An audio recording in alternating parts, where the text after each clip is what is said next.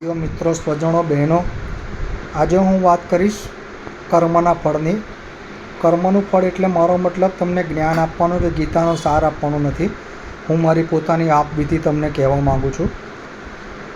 હું પોતે અનુભવેલું છે કે કર્મ એક એવી વસ્તુ છે કે તમને મળે છે ને મળે છે. એ સારું કર્મ હોય, ખોટું કર્મ હોય, જે બી કર્મ તમે કર્યું હોય એનું 1,00,000 ગણું વધીને તમને મળતું હોય છે.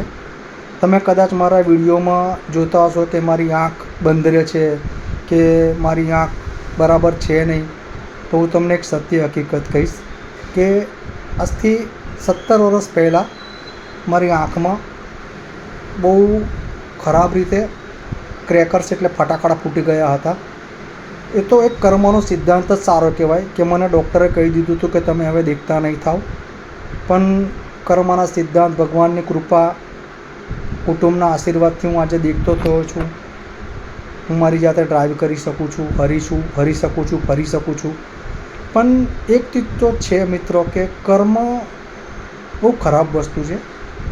તમે મનમાં બી કોઈના વિશે ખોટું વિચાર્યું હશે ને, તમને એવું હશે કે કોણ જોઈ લેવાનું છે, કોને ખબર પડવાની છે. પણ કર્મને તો ખબર પડતી જ હોય છે કે તમે કોઈના માટે ખોટું વિચાર્યું હશે. કદાચ તમારા ઘર આંગણે બેઠેલું કોઈક મૂંગું જનાવર હશે, કદાચ તમે એને તમારા ફ્રસ્ટ્રેશનમાં એને વાગીને એવી રીતે કદાચ લાત પણ મારી હશે. એ બી એક કર્મ જ છે કે તમે કોઈને જતાં બાઇક લઈને જતા હોય અને રેડ સિગ્નલ પર ઊભા હોય, તમે જિંદગીમાં કોઈને કંઈ દાન નથી કર્યું, પણ તમારા મનમાં કોઈ આવ્યું અને કોઈ ફુગ્ગાવાળો છોકરો આવ્યો અને તમે એને 10 રૂપિયા આપ્યા કે તમે એને જમાડી દીધું, એ બી એક કર્મ છે અને એ કર્મનું ફળ મળતું હોય છે.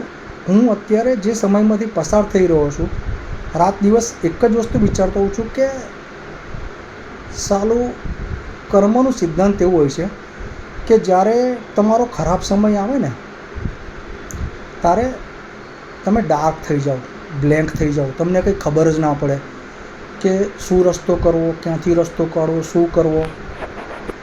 તે વખતે તમે કદાચ કોઈ જગ્યાએ સારું કર્મ કર્યું હશે ને તો કોઈક બારી એવી ખુલ્લી દેખાશે કે ત્યાંથી તમને એનો રસ્તો મળી જશે, તમે બહાર નીકળી જશો, તમને રિલેક્સ ફીલ થશે. આ એક કર્મનો સિદ્ધાંત છે.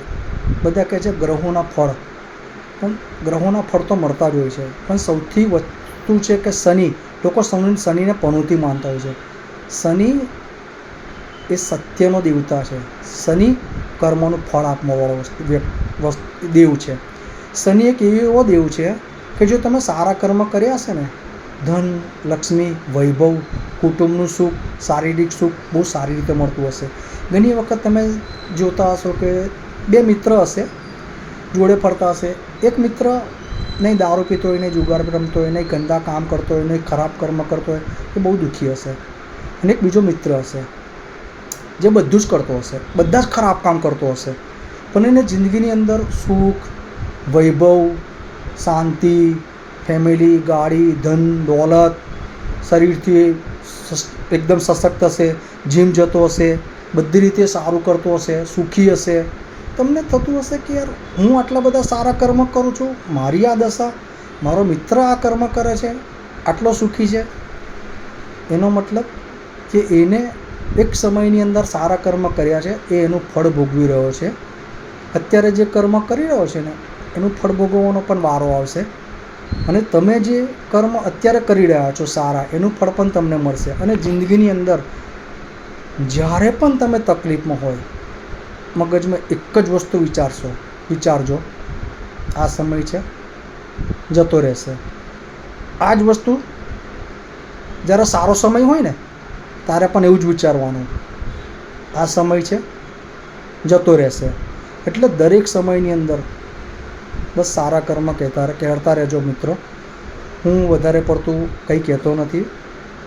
યુટ્યુબના માધ્યમથી ખાલી હું મારી જિંદગી, મારું દુઃખ, મારા જે અનુભવ છે તમારી સામે શેર કરી રહ્યો છું. મારા યુટ્યુબના વિડીયોને લાઈક કરજો, શેર કરજો, સબસ્ક્રાઈબ કરજો. જય શ્રી કૃષ્ણ.